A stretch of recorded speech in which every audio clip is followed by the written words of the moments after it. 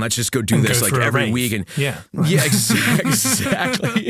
A rave. That's like my skin is crawling right now. Just cringing already. Just like, just saying. And yet I'm somebody who went to Coachella for like 7 years in a row and there you go. loved it because it was just 3 days of, again, a small group of friends that I would, take with me to go do this. And we would just have really a nice time and discover new artists and all that kind of stuff. But I was never really hanging out in like the Do Lab with like, the ravers and all stuff. It just wasn't me. So right now I've found myself kind of just being very appreciative and grateful for the fact that I have a decent sized backyard and live on a cul-de-sac street where there's not a ton of traffic noise, and I've got room inside my home to kind of spread out, which is really, really very fortunate. It's a very fortunate position to be in during all this.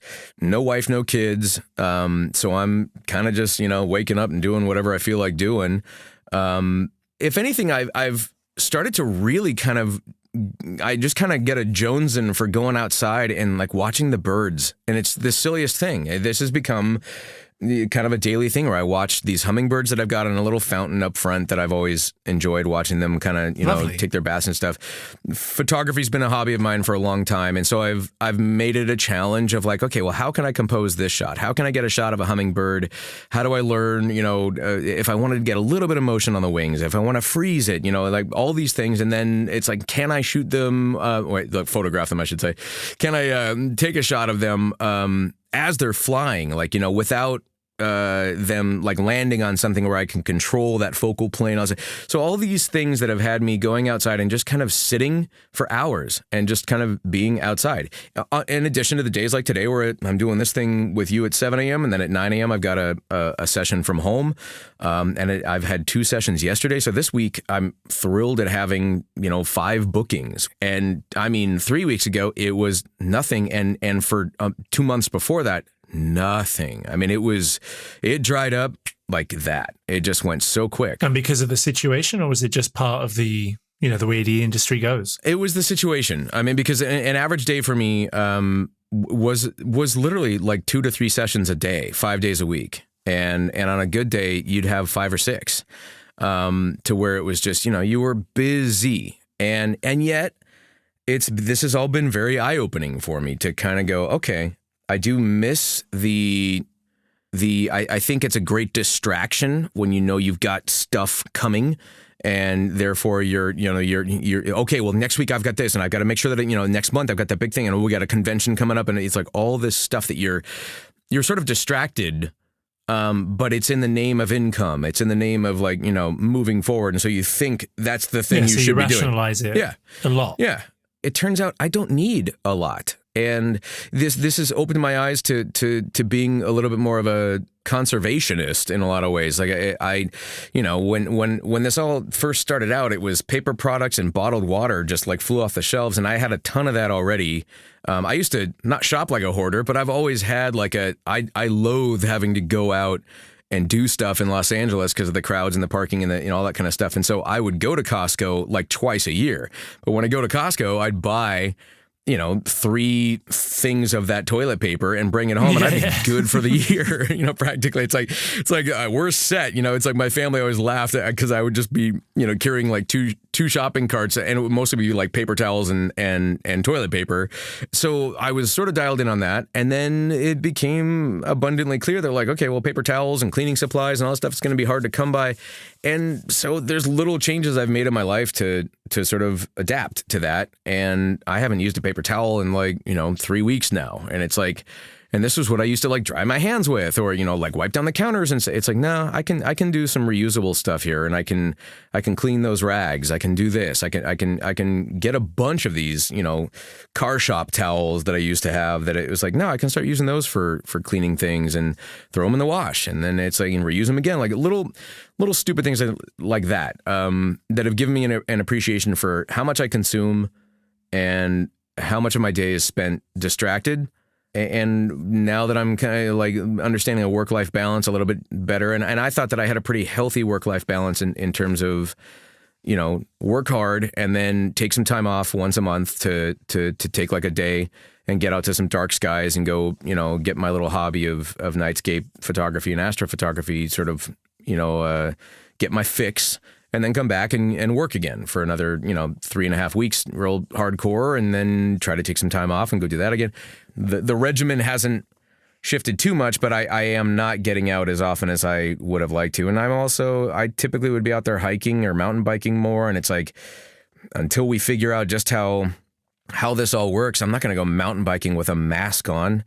And so it's like right now I'm just like, all right, wake up, hit the elliptical, lift some weights, try to get the stress out. And then, we're figuring it out. We're just, we're being human in this, because this is, I hate that word unprecedented, but it's like, we don't know what we're doing. It's Nobody going to be a crazy new normal coming our way. Yeah. And then all of a sudden it's like, no, not really. None of that stuff really mattered as much. And same thing with work in some ways. Same thing with, the creature comforts. Like we became a very comfortable sort of culture in a lot of ways. Yeah.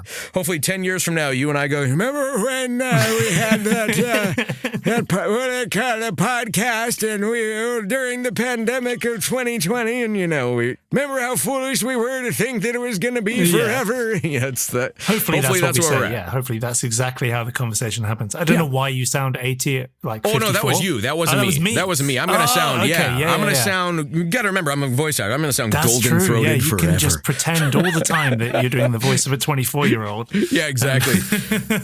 Yeah, there you go. Still can't. I can't even do that now.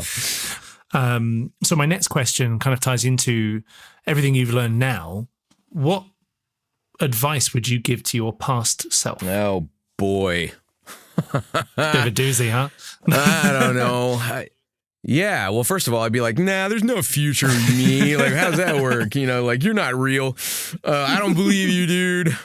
Look at you. You're so old. You have gray hair, dude. Is that What's what you up with sounded that? like when you're in your 20s? Totally, bro. What's up, dude? No, I think about this all the time, because had I not gone through anything I would have gone through, then I wouldn't be where I'm at right now anyway. So it's kind of like, but I do It's a tricky think one, right? it is, yeah, because the part of me that I do sort of lament was the lack of feeling okay. But okay, so what? I'm going to go back and tell myself at 20, like, dude, you're okay. You are enough. I know you don't think that. I know you don't feel that way, but believe me, you totally are. Like, you're just fine, man. You're just like everybody else. You're trying to figure it out. And don't think that because somebody else went to college sooner or is dating that person that you had a crush on or whatever it might be. It's like, don't go there. Like, there's nothing wrong, man. Like, you've got this. You're just figuring it out and it's going to be okay. That would be the only thing I could find myself saying to myself, like, hey, just be cool. Just be calm. Take a minute and work on yourself and understand that you're okay. And if anybody who isn't going to be supportive of you in that sort of approach, shut them off. Don't annihilate them. Don't be mean. Just walk away. Yeah, I guess that would be it. But again, I don't think I was going to listen to you at 20 because I was just so, as you are at that age, I think for a lot of folks, save for a few people who have had tremendously functional family structures, which is a rarity, sadly. Think about how many self-help books and bumper stickers and, gurus were out there that at 20, I wouldn't have listened to that stuff. I wanted to just, go drink with friends. It's just like, I don't know, I'm going to try to numb myself to whatever the hell I'm going through right now and, and hope that something's just going to magically happen because I certainly don't feel like I've got any power or control over this situation whatsoever. And then all of a sudden you get it. You realize how frivolous and really how also not empty, but just how phony some of that sense of, control or influence might actually be. And then you're like, oh, okay. It turns out this whole time I was I just needed to kind of get better at being me. Nice. I think that's a very powerful message to leave that on as well. Yeah, I think that's just existential. I think we sort of have this weird simmering idea that there's a right and a wrong way. And as of late, for whatever reason, the concept of winning, I've seen a lot of people that have kind of sort of come into my life and left my life that were, the win was a very big thing. And the idea that it's like, because I'm competitive, but I'm competitive within myself. I want to know that I made good choices and therefore perked the ears up of a casting associate, and they liked my performance and they hire me. It's not about, haha, take that, everyone else. I'm the best, or because I also know enough that in this industry, sometimes you're not the first choice. You are the third or the fourth choice, and the first three individuals were booked and they weren't available. So sometimes, as the old saying goes, it's better to be available than it is to be good. You just don't know. So when you walk in, like, oh, that's right. I'm the universe's gift, to this industry. It's like, nah, yeah, because the first three, universe gifts were unavailable. It's like you're managing this pendulum, and it's like on the far side swing, you've got this, I'm the greatest thing that's ever happened to this business. And on the other side of that swing, it's like, my God, I hope they don't find out that I have zero clue what I'm doing and that I don't belong here. And you try to keep it right in the middle of that, and it just ever so slightly teetering to either side of that, so that you maintain that healthy balance of like, I've got the confidence to go into this booth and know that I've earned the right to be here, and that professionally they are looking to me to achieve something, collaboratively, and I'm going to be the person to execute on that. And then also, but I got to be hungry enough and hold on to just enough of that insecurity so that I have that fire and that drive and that desire to please those people on the other side of the glass.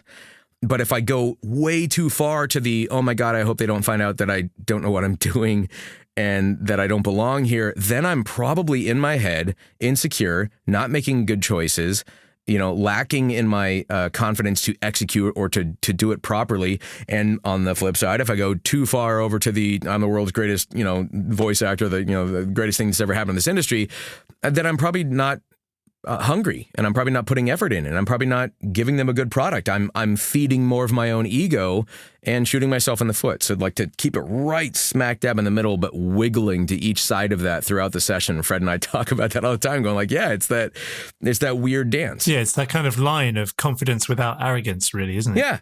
Yeah. But then also realizing that the very thing that fuels you, the very thing that actually keeps you going, is that insecurity, that little thing that gives you that extra little bit of an edge to sit there and go like, no, you can do better, or no, try, surprise yourself, do something different, make a different choice. Like I do this with auditions every day. Like, how can I do something that I feel like somebody's going to go, oh, I didn't know Roger Craig Smith could do that, because these people have heard me tons of times over and over and over again, these casting associates, maybe not on the retail side as much, but with cartoons and stuff. Like, how do I surprise myself? How do I forget what I would normally do and try to do something different? And am I taking a chance by doing that? It's not even so much unlocking voice as it is character. Bob Bergen has said this time and time again. It's maybe 5% voice and 95% character.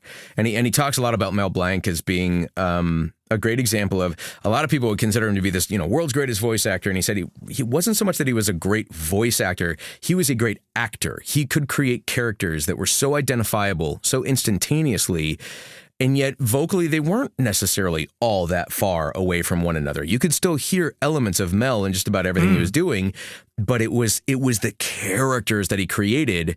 It wasn't the voice. It's that we all know what each of those characters sounds like and laughs like and has a cadence. And so I try to, if I'm going to laugh as a character, if I'm going to, I'll focus one audition. I'll just say that, no, take the cadence of, say a famous actor and incorporate their cadence into the way that you're doing stuff. And I've laughed with a number of my, casting director friends, like, or even voice directing, I should say, because they often are doing one and the same.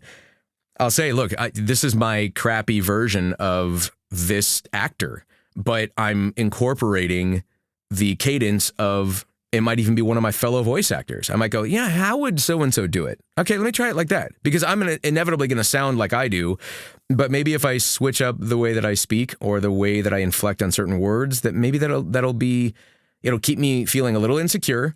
It'll keep me feeling a little bit like kind of hungry to make sure that is this working? Like to the other people in the control room. And it's like, maybe that'll be the way that I surprise myself in this one, acquisition of a character, so that I just don't sound like Chris Redfield again, or, that I can find a way of incorporating some little quirk or personality trait or vocal affect that, has me kind of going, yeah, there you go. Okay, that's a character. That wasn't just a voice. I created another character. That was another, and it's definitely, different than, yes, you're going to still hear my vocal cords. It's going to sound familiar, but it won't be spot on to what was already done. And yeah, it's like that's simultaneously sort of unnerving, but it's also what keeps you hungry and inspired and fueled up for like, okay, let me try this. Do you have like any really fond standout moments with fans that really stay with you? Yeah, I mean, like there's been some times where with Assassin's Creed there were a number of people who would reach out to talk about. There was one fan in particular, and I don't know. Man, I'm trying to think if there'd be a way that I could even follow through, but she had like a very invasive back surgery or something. I think she had some spinal issues. And she spent so much time in the hospital, and she was a young, I would say she was maybe 19 at the time. And she'd spent so much time in the hospital having these issues and these surgeries that one of the ways that she would pass the time is through playing video games. And she fell in love with Assassin's Creed 2 and then, Brotherhood and Revelations from there. That she got like a tattoo, like once she was out and rehabbing, she got a big tattoo of the Assassin's Creed logo on the back of her neck. And then she said, like, I'm going to send you this signature card. I want you to give me, I want you to sign this as Ezio. And then, so I did it and sent it back. And she goes, I'm going to get your signature tattooed on the back of my neck. And I was like, please don't do that. I was like, do not do that. I'm like, I guarantee you're going to regret that someday. And I'm like, it's just like, please don't. But we had a decent exchange. And I kept saying, like, I do not support this. I do not condone this. I cannot stop you from doing it. But please, please, please promise me that you'll work with a tattoo artist. I have a buddy who owns a tattoo shop in Seal Beach, California. I was like, please promise me you'll work with somebody who has the repair already, designed, and that you will take it with you. Like, meaning, here's how we would cover up this horrible signature. Like, it's just a scribbled. Yeah. And I was like, turn it into a flower, or make it a duck. I don't know. Like, do something. But it was neat. Like, she had just reached out to say this had such an impact on my life. And you're the voice of the character that I connected with for all of these reasons. And I was saying, but that's also the writing. That's the people that are behind the creator, the content creation. It's like, it's the character designs. It's all that. It's not just the voice. It's not just a vocal performance. I didn't write those words.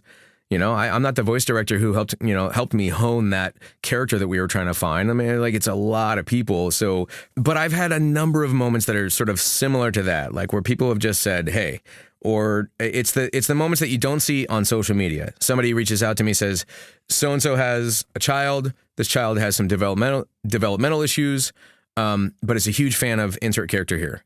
It would mean everything to them if you could send them like a happy birthday message or or just say hello. And then inevitably they'll send back a video of them like playing this audio file for the kid. And it's just, you go, okay, that's what it's about. Because you see this person reacting and lighting up. Oh my gosh, this character that I know just said my name and knows something about what school I go to. Or, they should be freaked out by it, really. But, some stalker character. Yeah, exactly. It's like, close your blinds at night. What? Sonic's creepy, mommy. Yeah, exactly. No, but it's so neat to see them light up and you go, oh, that's right. I am this human being who goes through this job and who gets to be this character. But I forget, it's like, because I'm approaching it like this work, I'm approaching it like a gig. It's like, what do I got to do to execute for the people that are hiring me, that are paying me to do this? That's my job. That's what I'm supposed to do. Not be famous, not be, loved or liked or anything. It's like, no, do your job. And then you sometimes forget that when all of a sudden somebody shares with you a moment where, like, here's my kid, flying his metal rip-slinger airplane around. He won't let go of this thing. He just all day long flies, as rip-slinger. And you just go, oh, that's crazy. I forget that, like, that's right, that we have these, that we're a part of something so much bigger than we are as individuals, and that it can have a positive impact on people. And that's awesome. Like, there's been far more interactions like that than there have been dealing with trolls and things like that. So I sound dire when I'm, with this whole conversation that, that I've got some sort of sad outlook on things. But, really and truly, it's been a super fortunate, very blessed life. And and to have those types of interactions with fans, and to continue to have people reach out and go, hey, big fan of this. And, thank you for being a part of it. And you just go, wow, that's really cool. That's a neat thing. I do forget that, while I'm stressed out sitting on the 405 freeway, worried about being 15 minutes late to that gig, when that gig is done, they're going to take it and pop it into some, animated character that might really have a strong impact on somebody's life, just as, cartoons did on me as a kid as well. It's like you just go, oh yeah, that's right. Holy cow, I'm in the middle of that. No pressure whatsoever. Okay, so to finish off with, I have one question left for you, which is usually quite a short answer in our industry, to be honest. What lies in store for you next that you can talk about? Man, I'm trying to think of the shortest response I could give. Stuff. Yeah, things, gigs, hopefully, question mark. I think professionally, I think I still got more stuff I want to do. Thankfully, I'm still not, I think there are other, I have not really had a good chance, and I think it'll happen as I continue to age. I haven't had a good chance to kind of sink my teeth into something that's like got a pretty solid kind of actory narrative. Really and truly not since maybe like Arkham Origins from a video game perspective. So I've been doing a lot of big, broad, fun, comedy, actiony, kind of, cartoony kind of characters. And it's not to say that I don't love doing that, but I think there's a chance too that I'd love to kind of either sink my teeth into a pretty dark bad guy or do something that's a little more nuanced at some point. But I don't know that the industry sees me in that way right now. And that's probably by my own doing and my own fault. So I'd like to think that professionally I've still got some more roles ahead of me that would be fun and challenging and get me a little uncomfortable and maybe perk some ears up and surprise some people. That's definitely something I have as a goal. And personally, I think I'm pretty content. I'm a pretty happy guy. I've carved out a really very unique and very fulfilling and gratifying life. I feel very fortunate. And so, I think it just kind of keeps getting better. I think I'm getting better at understanding I can get smaller and it'll be okay. I maybe don't need to work as much and it'll be just fine. And isn't that a luxury to be able to even say that?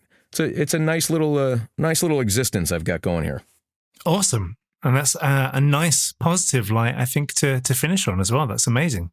I have to say, it's been an absolute pleasure you joining me again, Roger. Thanks for joining us. Thank you, as always. Thank you. I look forward to these chats. These are always nice. Thank you. Yeah, they're always great. And I hope we'll see you again soon. Likewise. Be well, be safe, wash your hands. Yeah, take care, stay safe, and thanks everyone for listening. Okay, bye. Click.